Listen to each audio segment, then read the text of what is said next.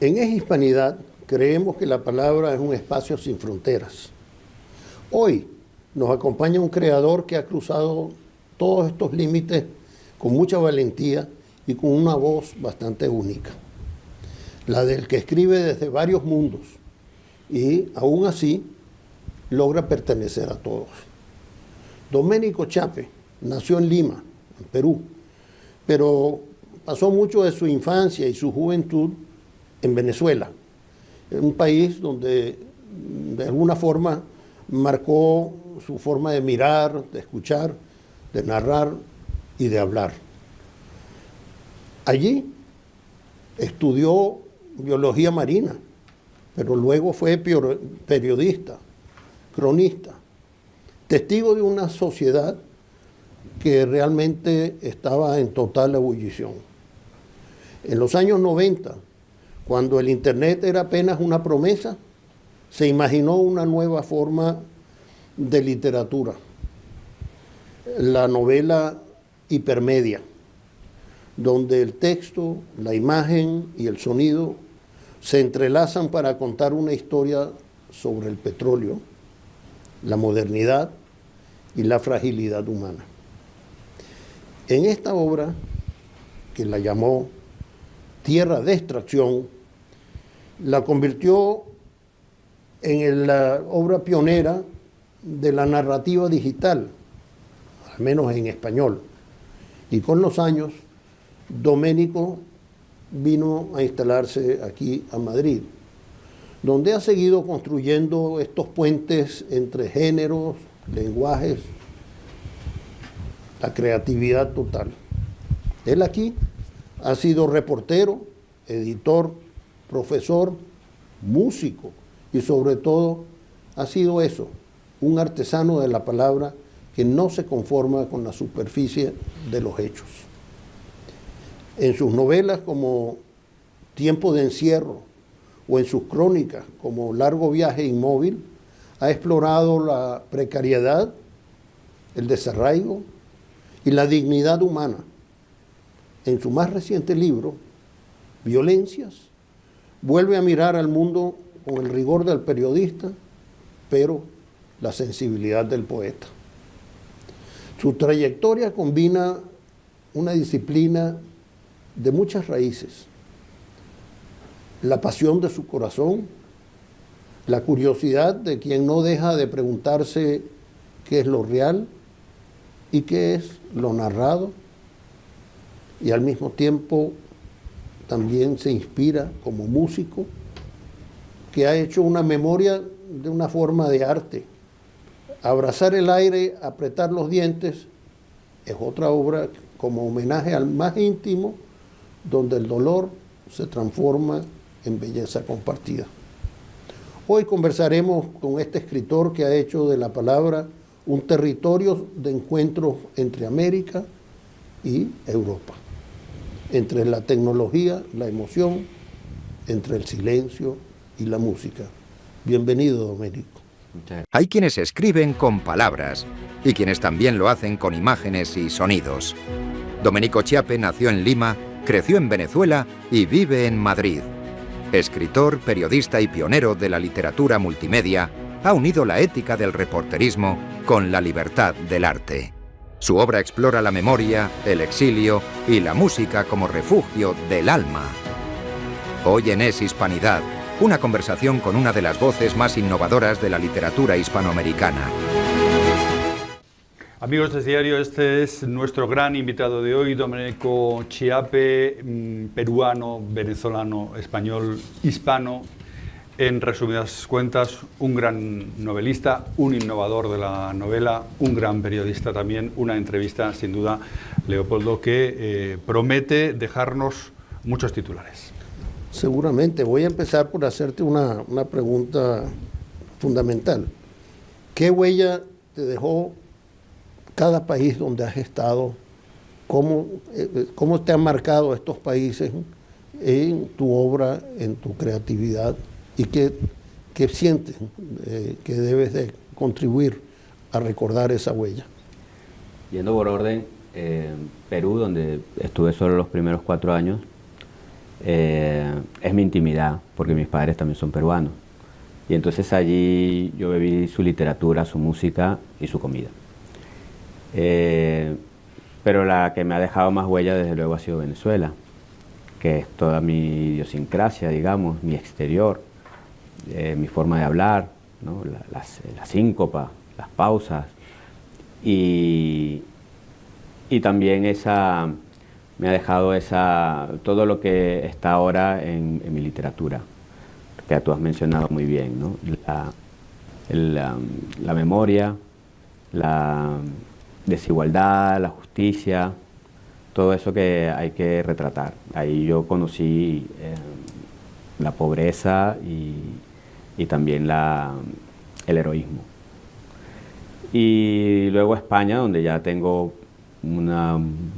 casi la mitad de mi vida, también me ha dejado huella, porque aquí es donde pulí y entendí las reglas de la narrativa.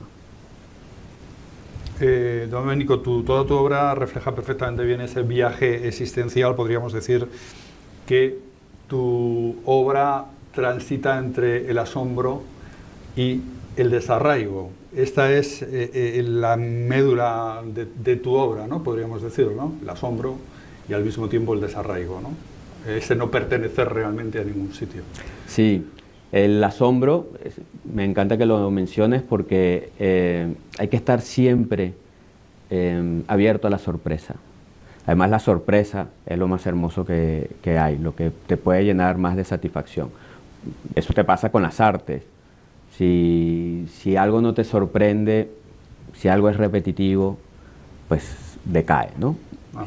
Y el desarraigo, porque yo me di cuenta al salir de Venezuela, donde yo me sentía muy venezolano, que en realidad siempre había sido un extranjero. Si hubiera vuelto a Perú, donde nací, sería un extranjero. En Venezuela fui un extranjero, y en España me sentí a gusto con esa identidad. Con esa identidad mestiza, quieres decir. Mestiza, sí, y digamos apátrida. Quitarte de encima todo lo que es el concepto patriótico, para mí fue una liberación. Mencionaste al comienzo que de los que has perfeccionado aquí en España ha sido la capacidad de la narrativa tuya. Tú eres un gran cronista, pero para hacer una narrativa como periodista tienes que reflejar siempre eso que se llama la verdad.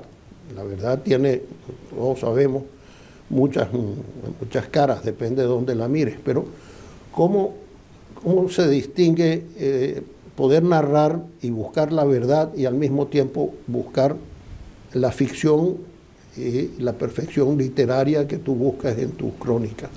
Yo creo que lo primero que tienes que tener es instinto y olfato, ¿no? Y ganas de encontrar historias. Es decir, hay que buscar la historia, y para buscar la historia hay que buscar a la gente. Y de esa gente hay que elegir a uno y convertirlo en personaje. A partir de ahí, pues ya empiezas a buscar, según la intención que tengas, de qué manera cuentas esa historia.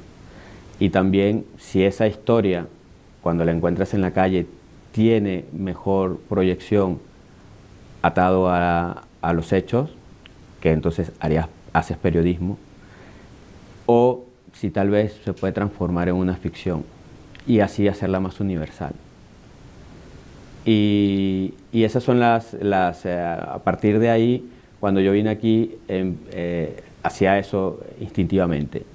Y luego aquí encontré el espacio, porque claro, cuando trabajas de periodista, no tienes tiempo, o sea, es un oficio muy absorbente. Y imagínate, mi último trabajo, que fue en Tal Cual, llegaba a las 6 de la mañana a trabajar, porque era un vespertino. Entonces estabas desde las 6 de la mañana hasta las 9 de la noche prácticamente. Entonces cuando llegué aquí, encontré el tiempo, ¿no? Más que la distancia, yo iba buscando tiempo. Y encontré el tiempo para leer, para analizar. Y claro, todo lo que leía de los maestros lo traspolaba a mi trabajo periodístico. Y eso ha sido lo que ha hecho que que narre desde esa manera, cuando separando desde luego que, o mejor dicho, circunscribiendo a solo la realidad cuando hago periodismo. Ahora, la verdad, yo pienso que no busco la verdad. O sea, yo creo que la verdad es inmaterial, inacible. Entonces lo que busco son las diferentes versiones que puede haber de algo. Busco esa polifonía, y a partir de esa polifonía cada lector se hará su propia verdad. Pero claro, va a haber tantas verdades como lectores. Hilando con tu condición de periodista de la que estás hablando, dices, cuando yo llegué aquí, ¿te sientes a gusto en el concepto de exilio, exiliado, y cómo condiciona esto también tu visión de periodista? A mí la palabra exilio, yo la respeto mucho. Creo que exilio es lo que vive gente que está tan perseguida como para tener su vida y la de su familia en riesgo, o tener una sentencia de muerte. En mi caso, yo salí antes de que nada de eso, aunque destapamos muchísimos casos allí en el periódico, el Plan Bolívar 2000, estas cosas, ¿no? Yo no sentí nunca ese peligro. Yo me fui buscando la literatura. Y me fui también, desde luego, un poco decepcionado de la deriva que había tenido el país, porque no hay que olvidar que Venezuela era un país con mucha desigualdad, y esa desigualdad hizo que Chávez ganara las primeras elecciones. Y luego, con ese apoyo popular, pudo destruir las instituciones. Entonces, yo sentía una desilusión inmensa. En un primer momento lo viste con esperanza y luego lo viste con una gran desilusión, ¿no? No, yo nunca lo vi con esperanza. O sea, yo siempre tuve a Chávez desde el año 92, que lo vi por primera vez en la televisión después del golpe de Estado, como un malefactor. Hay una de tus obras que les recomiendo mucho a nuestros videntes, que a mí me impactó mucho. El título es Un largo viaje inmóvil. Es una descripción a través de muchas crónicas de una Venezuela realmente espantosa, por decirlo menos. Y en el prólogo hay una descripción de ese otro héroe, luchador por la democracia, en este caso nicaragüense, Sergio Ramírez, que dice algo que es muy cierto, que las descripciones de las estadísticas normalmente no nos dicen la verdad sobre los países, que para imaginarse un país como Venezuela, aunque nos digan que tienen 9 millones de migrantes, o exilados, como lo quiera, o desterrados, que el país tiene 500% de inflación anual, que la gente muere de hambre, todas esas cifras son frías y no trascienden pues a la emoción. Pero cuando tú lees un libro como este, encuentras que te tiembla el corazón, porque son narraciones de personas que han sufrido y que están sufriendo precisamente de esas estadísticas frías. ¿Cómo se logra eso? ¿Y qué piensas tú de esa descripción que hace Sergio Ramírez, de que los países hay que retratarlos de esta forma y no con las estadísticas? Es muy acertada, es mi credo, digamos. Yo creo y me baso mucho en las cifras, me interesan y las cito, y en los reportajes largos que hay allí están muy llenos de cifras también, ¿no? La economía me parece importante, ¿no? Pero lo que realmente muestra un país es su gente.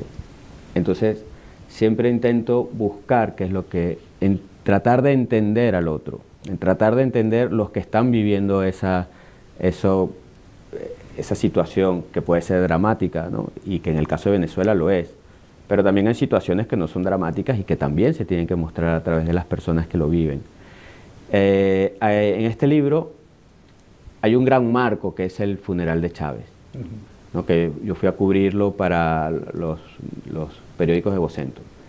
Y en ese gran marco que empieza y que recorre hago un recorrido por los últimos 20 años de Venezuela, que eran mis 20 años de periodismo. Y quiero mostrar al país desde donde yo conozco que ha vivido ese proceso para llegar a ese momento de 2013, que yo pensaba que era un punto final, había muerto el dictador y tendría que venir una transición. Ya vemos que no fue así, ¿no? Lamentablemente. Pero entonces empiezas a mostrar el país a través de sus personas, desde los 90 hasta los 2010, hasta el 2013. Y me interesaba muchísimo, y es una de las cosas que más recuerdo, quiénes eran esos motorizados que trataban de ir atrás del féretro, ¿no? Que además hizo un atasco de motos en Cotiza, y no, o sea, estuvimos 20 minutos atrapados en motos que se entremezclaban, se chocaban así de callejón a callejón. ¿Y quiénes eran ellos, no? Esa fuerza popular que había, que eran responsables de la represión, que eran, ¿no?, de la represión paraestatal. Y estar con ellos también hizo que mostrar el país, ¿no?, que había. Y junto a eso, pues, otra crónica que recuerdo de antes de Chávez fue cuando este actor maravilloso, Orángel Delfín, pues se rumoreaba que estaba en una situación crítica, y yo empiezo a buscarlo, ¿dónde está ese hombre? Y lo encontré en un albergue de indigentes. Entonces eso también retrata al país. Totalmente, totalmente. Háblanos un poco, Domenico, de esa obra que es Tierra de Extracción, años 90, novela absolutamente pionera en lo que hemos llamado la novela multimedia. Háblanos un poco de esta obra, de la temática, y cómo se te ocurrió esa idea. Tierra de Extracción. Sí, bueno, ya el título dice mucho, ¿no? Era una crítica de los saqueadores, o sea, los corruptos del maletín, que se iban del país, ¿no? O que iban solamente en busca de explotar a Venezuela y no dejar nada, ¿no? Esta mentalidad garimpeira. Y pues yo empiezo porque eso surge cuando yo viví unos meses en Sumaque, donde fue el primer pozo petrolero comercial de Venezuela. Y en mi época de oceanógrafo estuve allí. Y esa tierra negra donde escapaba los chorros de fuego por todos lados, historias que encontré allí, yo no pensaba ni siquiera escribirlas, pero se quedaron dentro de mí. Y entonces cuando empiezo a jugar un poco con la literatura, todo eso aflora. Yo empiezo a contar desde el Sumaque hasta el momento en el que estoy, en tres tramas diferentes que se van mezclando y que van dando idea o conformando esa tesis de la tierra de extracción. Eso fue algo único en la literatura venezolana para el momento, ¿no? De alguna forma tú iniciaste una fusión de no solamente la literatura, sino usos multimedia, ¿no? Sí, sí. Mira, esa época Internet no aguantaba el envío, el traslado de archivos pesados. Era tan arcaico que yo con el programador trabajaba enviándonos el CD-ROM por correo. Y luego cuando en el año 2000 la Universidad Católica hizo un seminario de 3 semanas solamente con esta obra que consideraron pionera, ¿no? Carolina Oteiza. Y luego cuando Internet se abrió, que podía empezar a asimilar todo este contenido, que era muy pesado porque había música, había imágenes, había animaciones, el texto, todo esto, de repente se vio que mi trabajo, también había gente en otras partes del mundo que había empezado a trabajar esto. Y fue una época muy bonita porque empezamos como a sentar bases y convenciones de lo que creíamos que era la narrativa para el espacio de Internet, para la narrativa digital. Y bueno, esto tuvo un momento en que se creía que podía llegar a otras, a tener plataformas, a tener cierto recorrido, pero fue decayendo. precisamente porque siempre se necesita que haya un impulso comercial y en este caso no lo hubo. Pero las bases quedaron allí. Luego, con ese tipo de retórica, un poco retórica vanguardista, que todavía no la ves comúnmente en los medios ni en ninguna parte, sí que hubo trabajos de algunos periódicos como el New York Times o el Washington Post, que siguieron, que indagaron en esto. Lo que pasa es que también llega el móvil y rompe otra vez todo lo que podía ser ese espacio y hay que replantearse cosas. Todas estas obras además quedaron obsoletas porque los programas también cambian, ¿no? Cuando murió Flash, el 90% de estas obras pereció también. Pues aquí... ¿Tú no le temes en esa, y perdona, No, tranquilo. en esta trayectoria que venías describiendo, la aparición de un nuevo personaje que se llama la inteligencia artificial y la creatividad y la producción de literatura, como tú dices? Bueno, fuiste pionero en entrar en un campo que nadie se atrevía. ¿Cómo ves tú la entrada de ese nuevo personaje en el mundo de la creatividad literaria? Claro, ahí, mira, hay dos tipos de respuesta para esto, ¿no? La apocalíptica y la integrada. ¿Cuál de las dos te doy? Pero, porque las dos son válidas, ¿no? Sí, hay una grandísima preocupación, es un gran reto. Todo este reciclaje de información con una aparente coherencia que hace la inteligencia artificial. Todavía es muy ingenua, muy ignorante, la mayoría de las respuestas son incorrectas, pero se irá perfeccionando, claro. Ahora, ¿qué es lo que no va a hacer nunca la inteligencia artificial? Nunca va a ser original, nunca va a salir a la calle a encontrar cosas nuevas. No tiene capacidad para hallar esas cosas nuevas. Y yo creo que en el trabajo, que por lo menos en lo que yo conozco, que es la escritura, que es el periodismo, que es la ficción, esa búsqueda de historias no contadas no va a poder ser sustituida. Pues amigos de Hispanidad, estamos con Domenico Chiappe, uno de los grandes escritores, novelistas, periodistas también del mundo hispánico, nacido en Lima, en Perú, residente en Venezuela durante muchos años y ahora ya también unos cuantos años que tiene aquí en España. Por cierto, ¿cuántos años en España ya? Desde el 2002, 23. 23 años. Estabas hablando, Domenico, de la inteligencia artificial, que te preguntaba Leopoldo. La inteligencia artificial es capaz de contar historias, pero tú dices también muchas veces que hay que crear experiencias.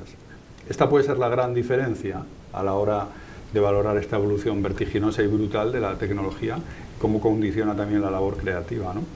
Sí, vamos a estar condicionados todos por lo que dicta la inteligencia artificial. Aquí de lo que se trata es de llegar a un punto que podemos llamar de resistencia humana, ¿no? De evadir esas reglas que nos van a estar imponiendo, que nos va a estar imponiendo la inteligencia artificial. Ahora, la inteligencia artificial es una herramienta muy útil, si la sabes usar. Puede ser incluso una aliada para esa resistencia humana.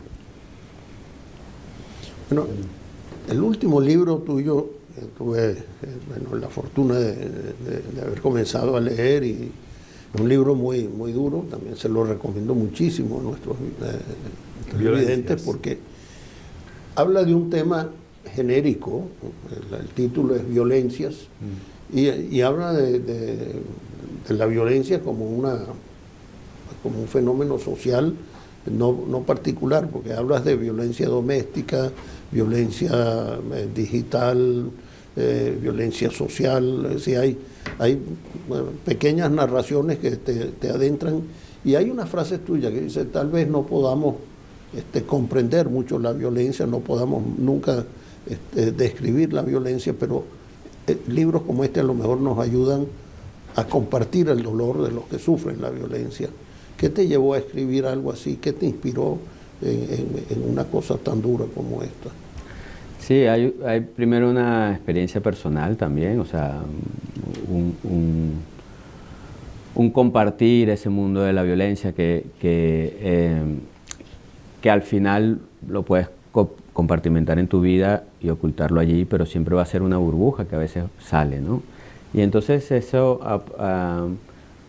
yo creo que me lleva a lograr hablar con franqueza con las personas que han vivido episodios de diferente tipo, ¿no? Como tú bien dices, digital, económica, médica, sexual, legal, institucional. Hay muchísimos tipos de violencia que yo no he querido en el libro esquematizar porque no pretendía hacer un ensayo. Este libro nace de mi trabajo en la agencia Colpisa, porque empiezo a meterme para hacer reportajes largos en cosas de actualidad y en lo social, y había muchas cosas de actualidad que te llevaban por esa vía, ¿no? Empezando, por ejemplo, cuando salió la sentencia de la manada de Pamplona, ¿no? Esta violación terrible de esta chica, que se hablaba de jolgorio. Bueno, todo esto fue un punto de inflexión donde empezó a fijarse que también había otras cosas. O sea, esto tomó mucha relevancia, pero también abrió la mirada a que hubiese otras cosas. Entonces, en estos reportajes que fui haciendo allí, siempre busco eso que estábamos hablando antes, del lado humano, ¿no? La historia, la visión de la gente, encarnar esa problemática, mostrar ese dolor, para que el lector lo asimile como si estuviera a su lado, que la mayoría de las veces está a su lado y no lo quiere ver.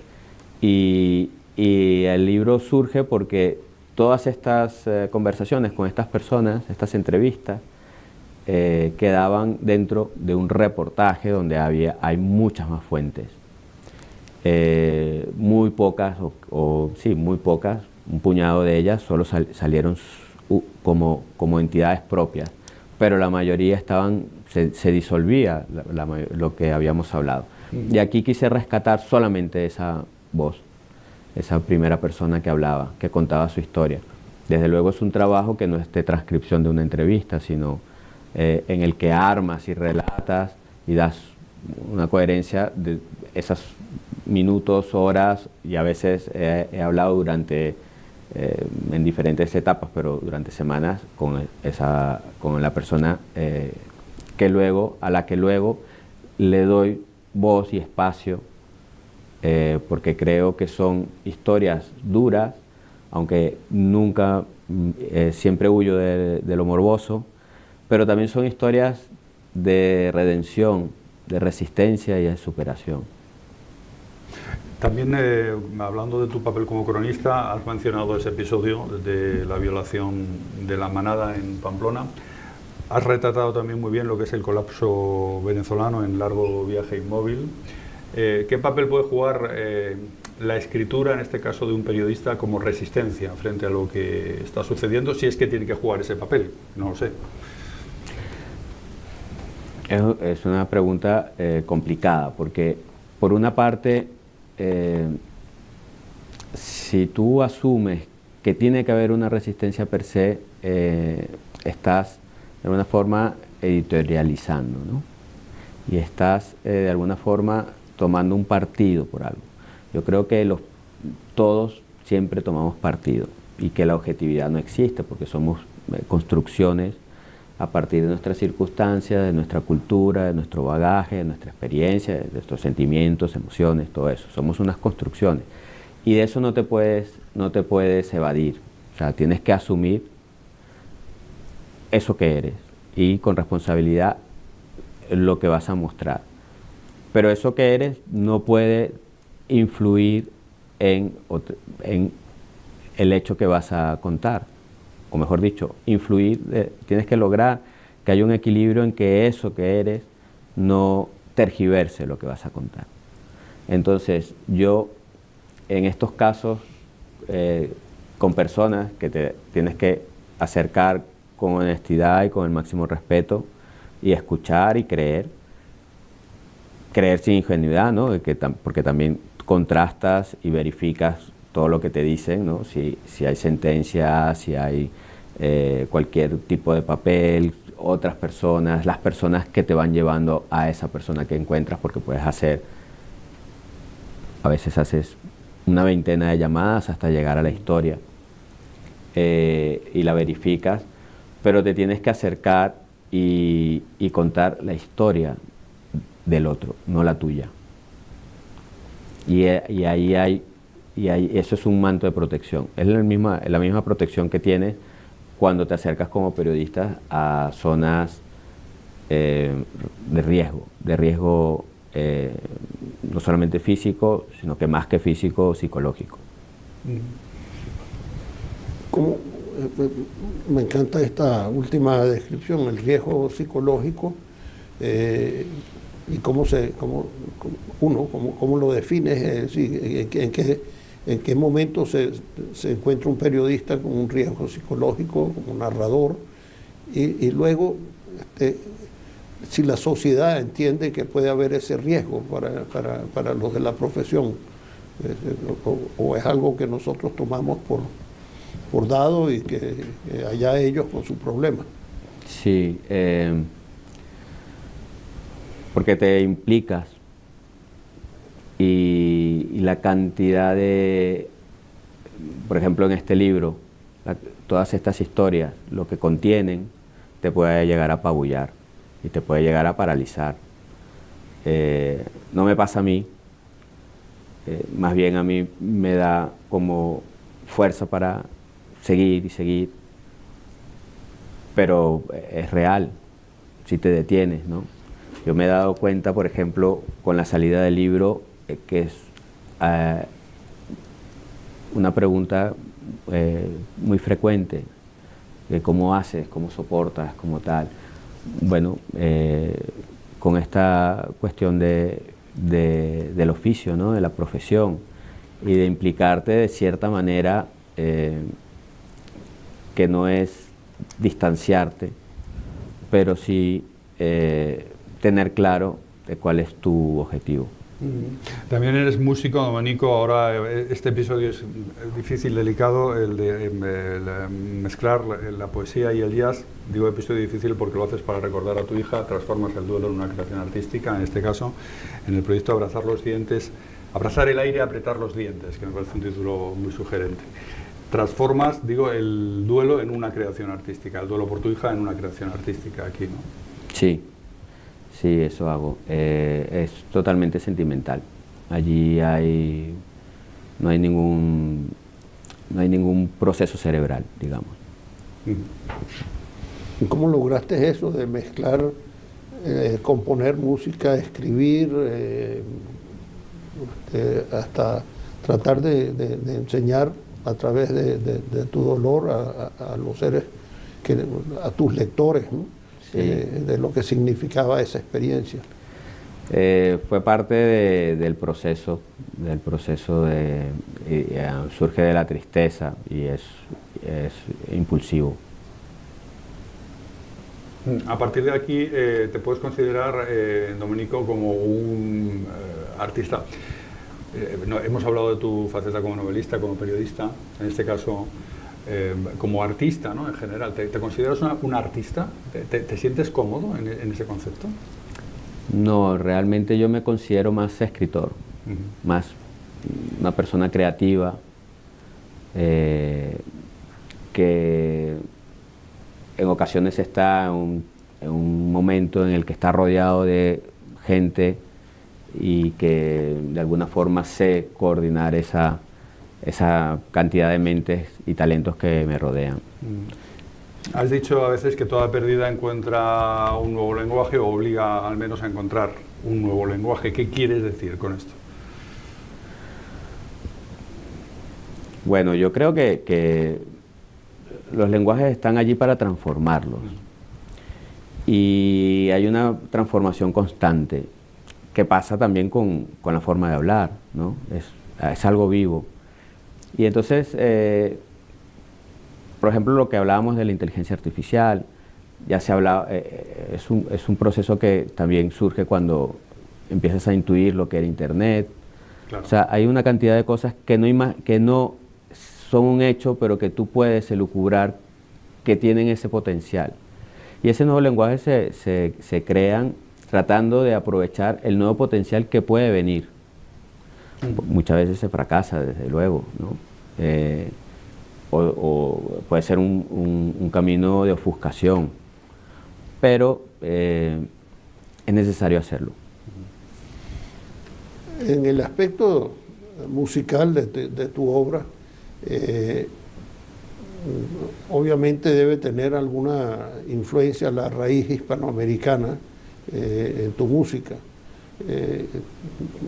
Obvio que la tienes en tu lenguaje, es decir, en tu escritura, el español, el mismo español que hemos hablado durante siglos, tanto en América como en España, pero la música, ¿te ha influido la música española o estás más orientado hacia la música hispana?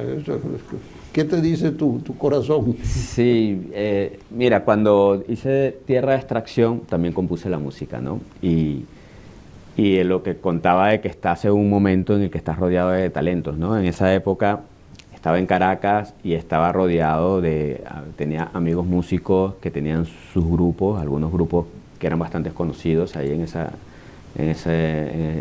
la ciudad, en la movida nocturna de allí, a los que invité a participar, ¿no? Entonces, yo creo que ese primer acercamiento estaba muy influido por el rock hispanoamericano y mezclado mucho con música raíces igual, alguna andina y alguna llanera que tratabas como de meter, pero en realidad era también rock, pop, ese tipo de música de ciudad, ¿no? De ciudad y juvenil. Yo tenía 20 y tantos años y eso era lo que me movía. Pero luego con Abrazar el Aire, yo siempre digo que de alguna forma me abracé también al jazz, al jazz contemporáneo, al jazz de los 50, de los 60. Lo escuchaba mucho y me interesó. Yo tenía muchos años sin tocar guitarra y me compré un libro de improvisación de jazz y a partir de ahí empecé como a estudiar con ese libro y empezaron a fluir las canciones. Y cuando las he tocado, que las toqué con el productor, pianista, que es Fidel Cordero, buscamos él es más músico del sur de España, ¿no? Más flamenco, y se le nota cuando se deja fluir su creatividad. Pero buscamos hacer ese tipo de jazz que a mí me gustaba. ¿Estás haciendo jazz en este momento? ¿Actúas en algún sitio? No. He colgado la guitarra y en algún momento quizás vuelva a sentir el impulso de tocar, pero en este momento estoy sintiendo y estoy haciendo otra vez, en el tiempo que me deja el periodismo, he vuelto a la literatura. Porque mientras hice música no hice literatura. Domenico, pero tú además de tantos aspectos profesionales que has tenido, también has compartido la docencia, has sido profesor universitario, no sé si sigues actuando en la universidad ahora. ¿Qué mensaje tienes tú para la juventud que quisiera seguir el rumbo profesional que tú has escogido? ¿Qué les dices? ¿Qué mundo les estás ofreciendo? Que estudien ingeniería. Que se metan en otra cosa, ¿no? No, ya en serio. Sí, ahora estoy dando clase otra vez, pero de talleres de escritura, de contar la realidad, se llama el taller que estoy dando. No, la universidad hace tiempo que abandoné el grupo de estudio donde estaba y que no me acerco por allí desde que desde que me entregué a tiempo completo al periodismo. Tienes más de 20 años en España, ya estamos terminando prácticamente, Domenico Chiappe. Nos queda el ping-pong de Leopoldo, que son estas preguntas rápidas, respuestas rápidas, pero con estos más de 20 años ya en España, ¿cómo ves este nuevo mestizaje que se está produciendo en ciudades como en Madrid, donde hay cantidad de gente hispana o latina? ¿Qué estáis aportando y qué echas en falta, digamos? Ahora que tienes una visión ya de muchos años aquí. Voy a tratar de no ser muy antropológico respondiendo. Mira, yo creo que es un proceso que yo he vivido en Madrid, es un proceso hermosísimo, de eso, de gente que te abre las puertas de su casa, tú las abres también a otras personas, entremezclas las culturas y hay y surge pues esa convivencia e incluso surge la amistad, ¿no? ¿Qué hemos aportado? Pues yo creo que esto ya no es una pregunta de origen, sino una pregunta de seres humanos, de qué aporta cada ser humano, sin importar de dónde viene, a través de su conocimiento y su esfuerzo, ¿no? Yo creo que es una cosa individual, que no creo que se pueda hacer un paquete, de decir los venezolanos han aportado esto. No, hay venezolanos que cada venezolano ha aportado en la medida que puede su ser, se ha entregado.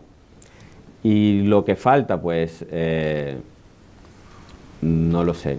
No sé, esa es una cuestión que yo creo que merece una reflexión de gente que de verdad haya estudiado esto de una forma académica. Pero tú te sientes cómodo en este concepto que nosotros hacemos gala de él en el título del programa, de la hispanidad como algo que nos une a todos los que hablamos el idioma español y que forma un sustrato, digamos, que nos alimenta igualmente a todos. Totalmente.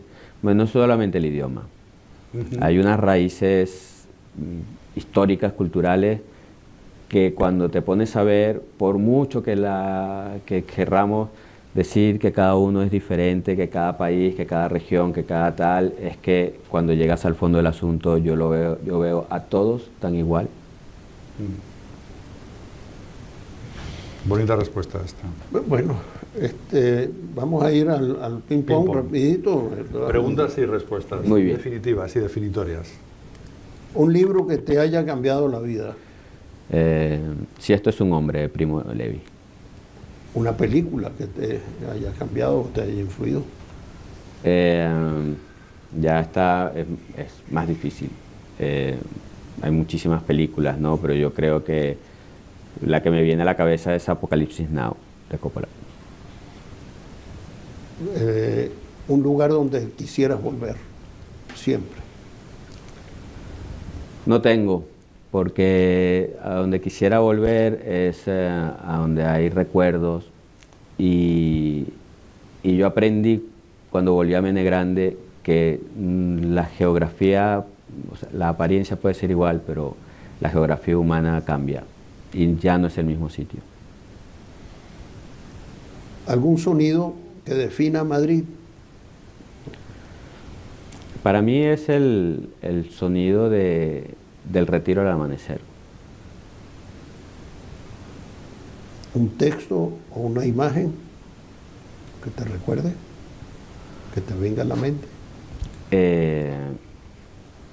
Una imagen, pues siempre el Jardín de las Delicias del Bosco. ¿Las crónicas o los poemas? Las crónicas. ¿Lima, Caracas o Madrid? Madrid. ¿Café o ron? Cerveza. ¿Periodismo o literatura? Literatura. ¿Boleros o jazz? Jazz. Si alguna vez tuvieses que imaginarte que quieres coger un viaje y regresar no a un país, no a un sitio, a un paraíso, ¿cómo lo definiría ese paraíso? ¿A dónde me gustaría ir y regresar? A las fosas de la Mariana. Bueno, yo creo que ha sido muy bueno, maravillosa la entrevista, Domenico. Muchísimas gracias. Muchísimas gracias a ustedes. Muy bien, muy completa, muy interesante y muy profunda también. Domenico Chiappe, gracias por estar con nosotros en Es Hispanidad. Gracias a ustedes, Javier, Leopoldo. Es Hispanidad, les habló Leopoldo López y Javier López. En Es Hispanidad, amigos de Es Diario, que también, como saben, es Hispanidad.